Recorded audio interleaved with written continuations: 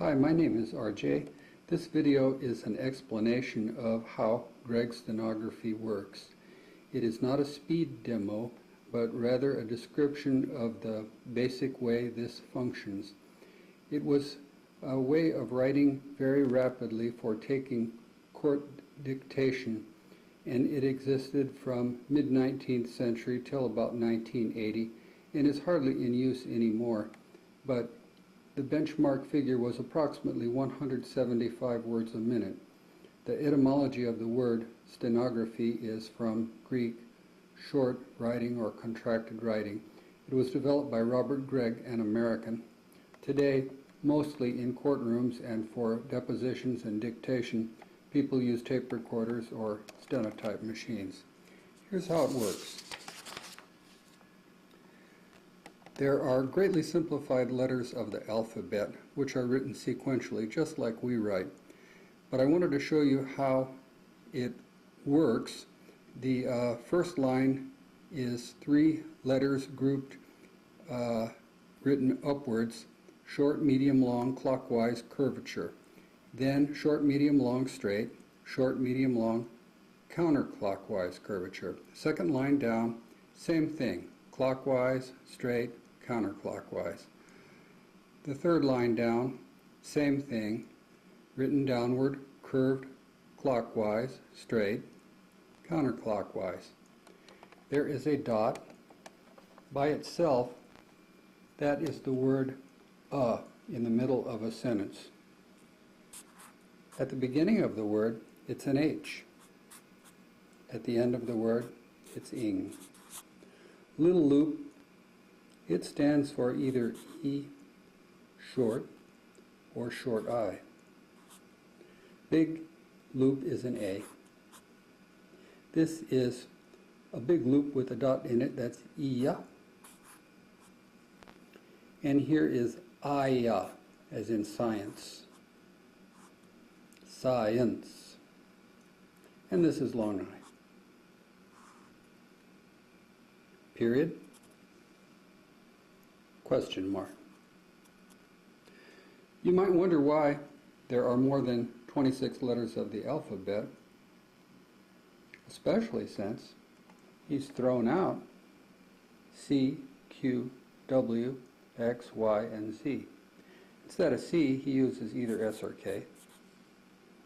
Q is Qu, so it's K, U. There is no W, just use a U. There is no X, just use KS. No Y, either I or E. S for Z. Well, he's thrown out those letters of the alphabet. There should be even fewer than 26. Well, the answer is he's got duplication and additional letters of the alphabet that we do not have. For instance, the very common sound in English, SH, sh. Well, we write it with S followed by an H. But he has a very short downstroke. CH, ch. And here's a J. These are all related sounds. TH also is very common. And in shorthand there is a single letter devoted to it. 2, in fact, they're duplicated.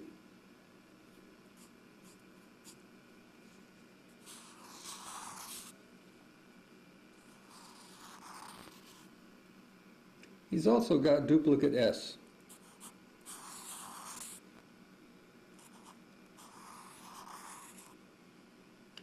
He grouped together the voiced and unvoiced consonants as well.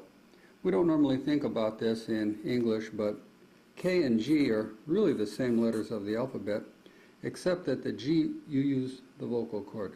Ga. Same sound without the vocal cord. K. Same thing here with F and V, and V, P and B. A B and a P are the same sound, except with a B you use the vocal cord. R and L.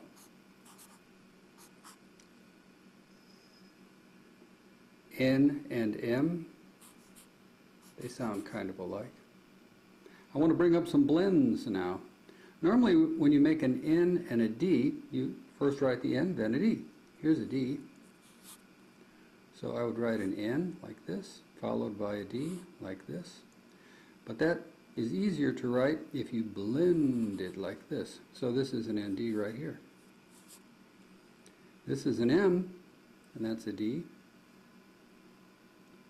M, D, but you can blend it, M, D. Here is T. Reverse of those blends, TN, TM. What have I missed? O, U. Gee, that's pretty much got it. I've got the Gettysburg Address. This is a very famous speech, American Civil War, President Abraham Lincoln, commemorating those fallen at the Battle of Gettysburg. It's written in fancy language. It starts out saying 87 years ago. Score means 20, so 4 times 20 is 80 plus 7. In shorthand, F is used for the word FOR and FOUR. Every letter of the alphabet is used as one word. Score is S-K-O-R. Score. A-N-D, and, is one letter of the alphabet, the blend ND. 7 is S-E-V-N.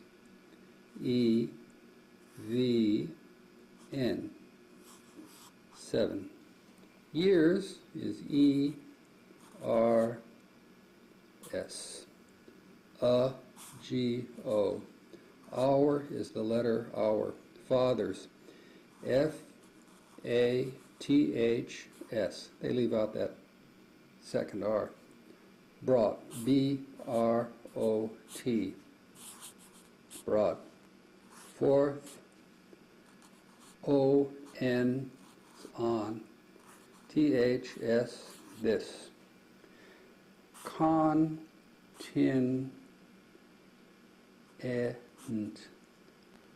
Continent. Continent. A new nation. Shun is just SH by itself. Conceived. Conceived in liberty.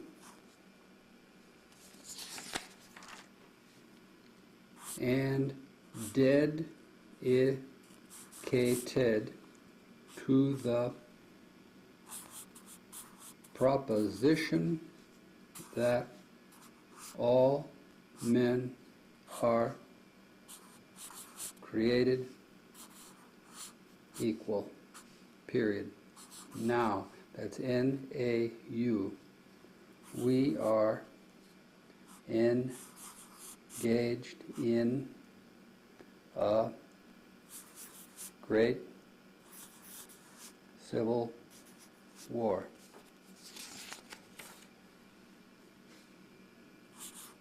Testing whether that nation or any nation so conceived and so dedicated can long endure. Oh, that's a period. We are met on a great battlefield of that war. We have come to dedicate a portion of that field as a final resting place for those who here gave their lives.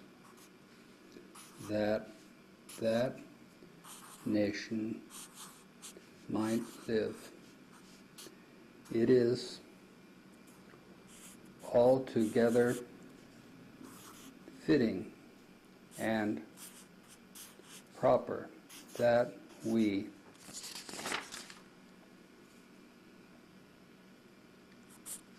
should do this.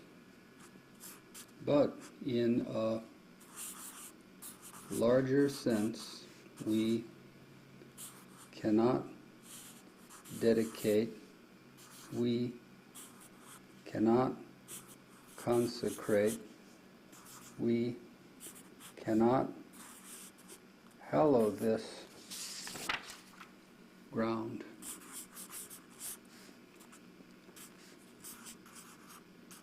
The brave men living, oh, I made a mess. You circle a mistake. Living and dead who struggled here have consecrated it far above our poor power to add or detract. The world, that's you, will little note nor long remember what we say here, but it can never envy, forget what they did here. It is for us, the living, rather to be dedicated here to the unfinished work, which, that's just a CH, they who fought here have thus far so nobly advanced. It is rather for us to be here dedicated to the great task remaining before us, that from these honored dead we take increased devotion to that cause for which they gave the last full measure of devotion, that we here highly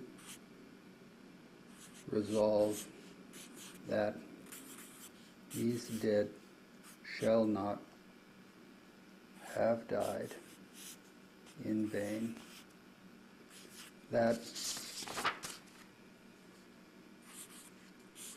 this nation under God shall have a new birth of freedom, that government of the people, by the people, for the people, shall not perish from the earth. This was probably taken down by court reporters and people from newspapers in much the same manner as I did, of course, much faster. Thank you very much.